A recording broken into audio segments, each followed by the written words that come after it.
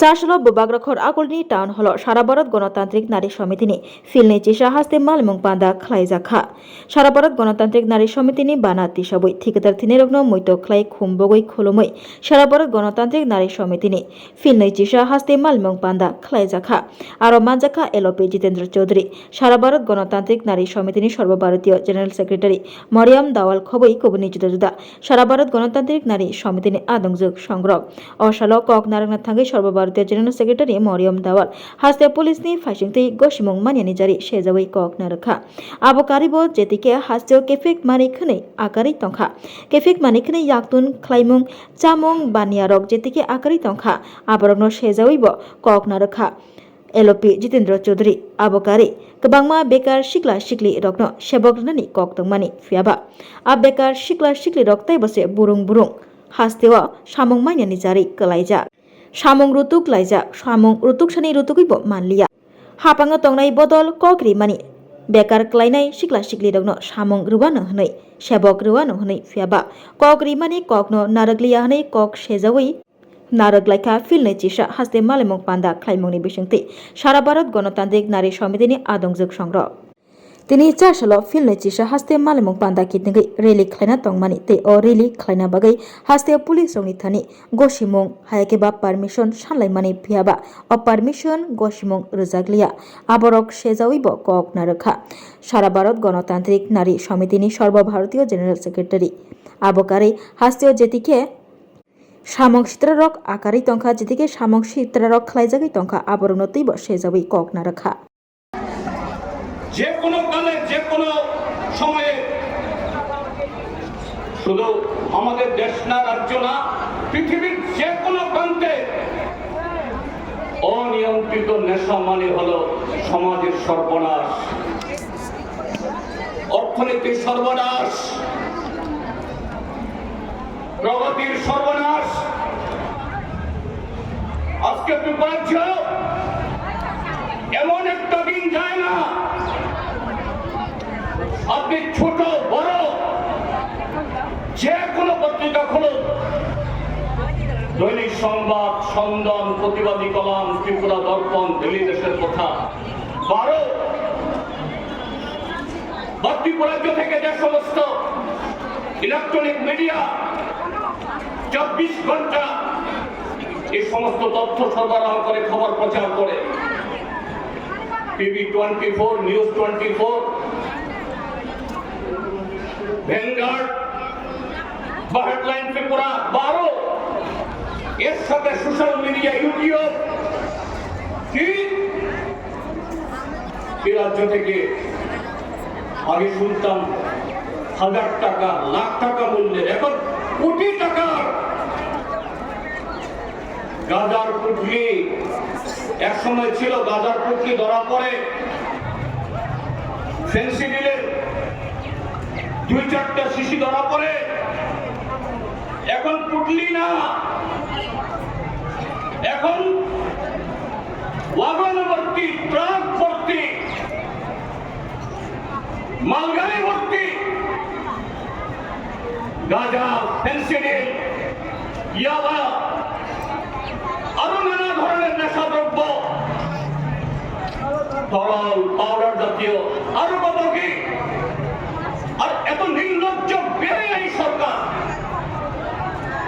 এই সরকারের পুলিশের একাংশ গর্ব সহকারে এ সমস্ত মালামাল যখন ধরা পড়ে এগুলোর সাথে দাঁড়িয়ে ফটো তুলে প্রচার করে এত কোটি টাকার ইয়াবা, এত কোটি টাকার গাঁজা,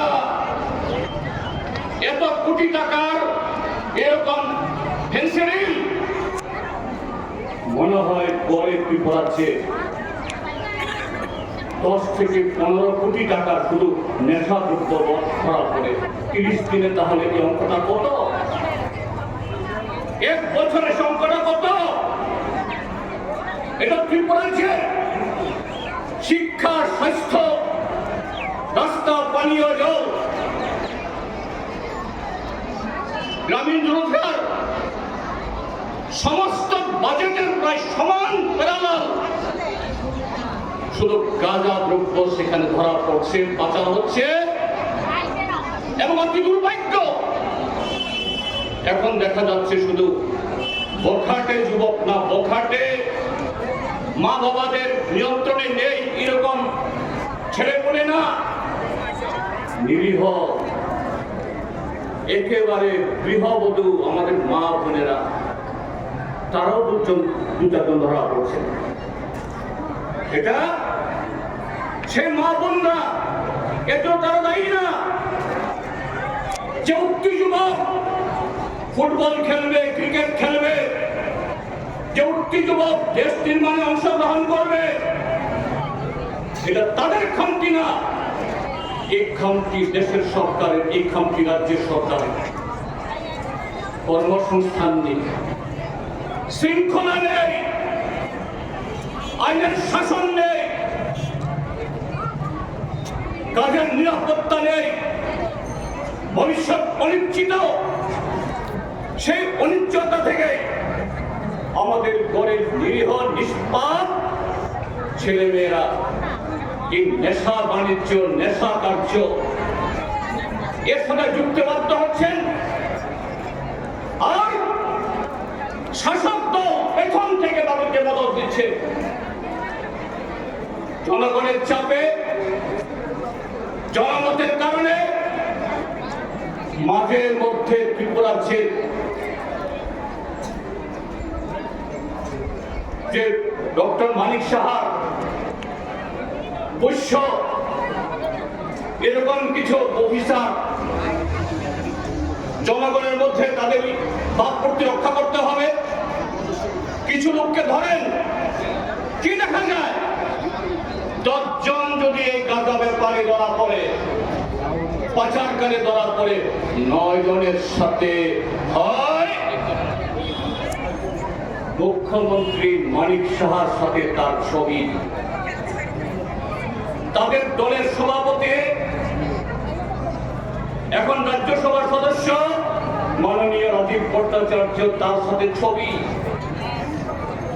সুনীল দেওধরের সাথে ছবি।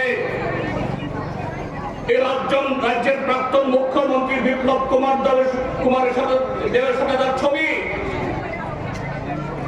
মন্ত্রিসভাতে যারা গত 7.5 বছরের ফুলে ফেপে চেনা যায় না, এদের সাথে ছবি। কেন এই সমস্ত অপরাধীদেরকে বাধ্য করা হয় বা বাধ্য হয় শাসক দলের সাথে তার সখ্যতা তৈরি করা? আর শাসক দল এমন ভাবে এরা যন্ত্র তৈরি করে রেখেছে, এদেরকে শাসক দলের হয়ে যাবতীয় অগণতান্ত্রিক কার্যকলাপ, সন্ত্রাসী কার্যকলাপ এখানে যুক্ত হতে হয়। কেননা তাদের সহযোগিতা ছাড়া, তাদের মদত ছাড়া,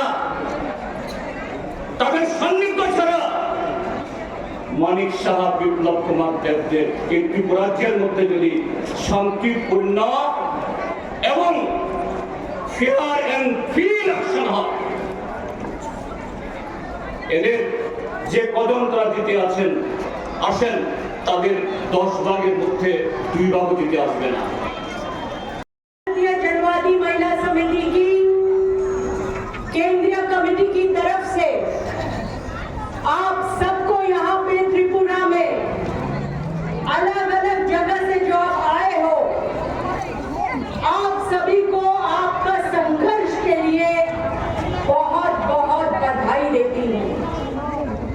त्रिपुरा में काम करना, जहाँ पर बीजेपी की सरकार है, जहां पर आरएसएस ये एक देशद्रोही संगठन का हुकूमत है, ऐसे राज्य के अंदर आपने विरोध का, संघर्ष का, बलिदान का ये झंडा ऊपर लहराते हुए रखा है। ये एक बहुत बड़ी बात है।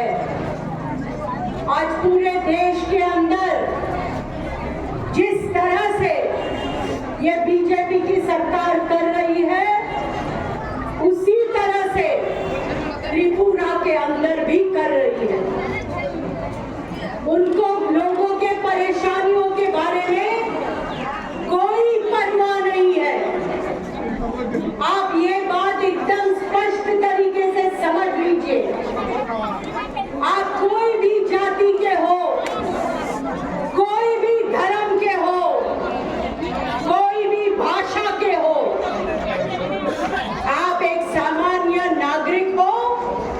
उसकी बीजेपी को परवाह नहीं। इसलिए महंगाई बढ़ रही है, बेरोजगारी बढ़ रही है, पढ़ाई लिखाई का बहुत तेज मामला हो गया है गरीब परिवारों के लिए। यूनिवर्सिटी में लड़कियों को एडमिशन लेना लगभग नामुमकिन हो गया है। सब यूनिवर्सिटीज में, कोई भी यूनिवर्सिटी का आप स्टडी करो, आप अभ्यास करो, तो यूनिवर्सिटी में गरीब परिवारों से बच्चों का एडमिशन घट गया है, कम हुआ है। ये क्यों है? क्योंकि ये ध्यान रखे त्रिपुरा में और पूरे देश में, वो इस देश को, जिस देश में आज हम जिंदा है, एक जनवाद के आधार पे चलने वाला देश, सेक्युलरिज्म, धर्मनिरपेक्षता पे, हमारे संविधान के आधार पर चलने वाला देश, ये खत्म करना चाहते हैं और सिर्फ अंबानी और अदानी और अमेरिकन साम्राज्यवाद के लिए ये देश बेचना चाहते हैं।